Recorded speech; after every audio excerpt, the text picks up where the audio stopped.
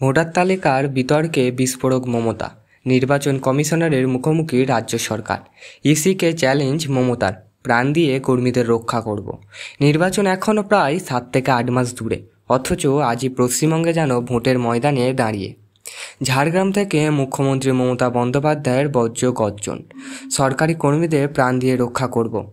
নির্বাচন কমিশনারের কড়া পদক্ষেপ, রাজ্যের স্পষ্ট অস্বীকৃতি, আর তার মাঝেই রাজনীতির উত্তাল সমুদ্র। আজকের ভিডিওতে আমরা জানব ভোটার তালিকা নিয়ে কী ঘটছে আসলেই, নির্বাচন কমিশনারের ক্ষমতা কত দূর, মুখ্যমন্ত্রী সত্যিই কি কমিশনারের নির্দেশ মানতে বাধ্য নন। ঘটনার মূল পটভূমি, নির্বাচন কমিশনার সম্প্রতি পূর্ব মেদিনীপুর ও দক্ষিণ 24 পরগনার কয়েকজন সরকারি আধিকারিককে ভুয়ো ভোটার অন্তর্ভুক্তির অভিযোগে সাসপেন্ড করার নির্দেশ দেয়। শুধু তাই নয়, এফআইআর দায়ের নির্দেশও রাজ্য সরকারের কাছে পাঠানো হয়েছে। কিন্তু মুখ্যমন্ত্রীর দাবি, আমার অফিসারদের ভয় দেখানো হচ্ছে, নোটিশ পাঠানো হয়েছে, আমি কোনো ব্যবস্থা নিতে দেব না। কমিশনার বলছে তারা স্পেশাল ইন্টেনসিভ রিভিউলেশন বা এসআইআর নামক ভোটার তালিকা সংশোধনের কাজ করছে, অথচ মমতা বলছে এটা এনআরসি চালু করার চক্রান্ত।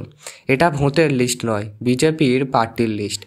অতীতে 2019 এবং 21 নির্বাচনের এনআরসি নিয়ে ভয় এবং গুজব ছড়িয়েছিল, সেই প্রসঙ্গে ফের উঠে আসছে মমতার বক্তব্য। ঝাড়গ্রামের সভা থেকে মমতার চ্যালেঞ্জ ছিল স্পষ্ট, তুমি অফিসার, তুমি পুলিশকে ভয় দেখাচ্ছ, কেউ ভয় পাবে না, প্রাণ দিয়ে হলেও রক্ষা করব। প্রশ্ন উঠছে, রাজ্যের মুখ্যমন্ত্রী কীভাবে নির্বাচন কমিশনারের আইন নির্দেশ অমান্য করতে পারে। ভারতীয় সংবিধান অনুযায়ী নির্বাচন কমিশনার একটি স্বতন্ত্র সাংবিধানিক প্রতিষ্ঠান। আর্টিকেল 324 ধারা, নির্বাচন কমিশনার যে কোনো নির্বাচনী কর্মকাণ্ডে যুক্ত সরকারি কর্মীদের নিয়ন্ত্রণ করতে পারে, তাহলে মমতা কি নির্দেশ মানতে বাধ্য নয়? আইন অনুযায়ী হ্যাঁ, বাধ্য। রাজ্যে প্রশাসন নির্বাচন কমিশনারের অধীনেই থাকবে নির্বাচনকালীন সময়। কিন্তু প্রশ্ন এখানেই, নির্বাচন এখনও ঘোষিত হয়নি, তাহলে কমিশনার এখনই এত কড়া পদক্ষেপ নিচ্ছে কেন? নির্বাচন কমিশনারের ভূমিকা ও রাজনৈতিক বিতর্ক।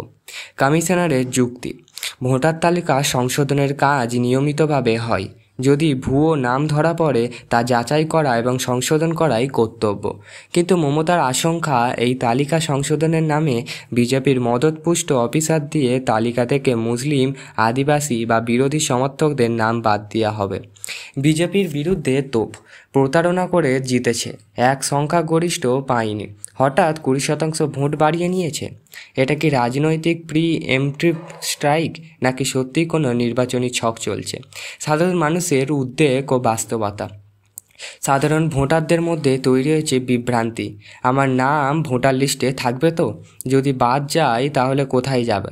কমিশনারের ওয়েবসাইট ভোটার লিস্ট চেক করার অপশান, https://voterportal.eci.gov.in। এছাড়াও ফর্ম 678 পূরণ করে নাম তোলা বা সংশোধন সম্ভব। রাজ্যের তরফে যদি সহযোগিতা না আসে তাহলে ভোটারদের কী হবে? বিশ্লেষকরা বলছে এই রকম সংঘর্ষে সবচেয়ে বেশি ক্ষতিগ্রস্ত হবে সাধারণ ভোটার। এবং প্রশ্ন উঠছে, রাজনৈতিক স্বার্থে নির্বাচন প্রক্রিয়া দুর্বল করা হচ্ছে না তো? Outro and final thought, voter গণতন্ত্রের উৎসব, আর নির্বাচন কমিশনার তাদের পাহারাদার। কিন্তু যখন পাহারাদারকেই চ্যালেঞ্জ করে শাসক, তখন উৎসব যেন রণক্ষেত্রে পরিণত হয়। আজ পশ্চিমবঙ্গের প্রশ্ন একটাই, কে ঠিক, নির্বাচন কমিশনার না মুখ্যমন্ত্রী? ভুয়ো ভোটার বিতরণ না এনআরসি এর নামে আতঙ্ক? নিচে কমেন্টে তোমার মতামত জানাও। ভিডিও ভালো লাগলে শেয়ার করো, সাবস্ক্রাইব করে পাশে থাকো। তোমার ভোট তোমার অধিকার, সচেতন হও, প্রতিবাদ করো তথ্য দিয়ে।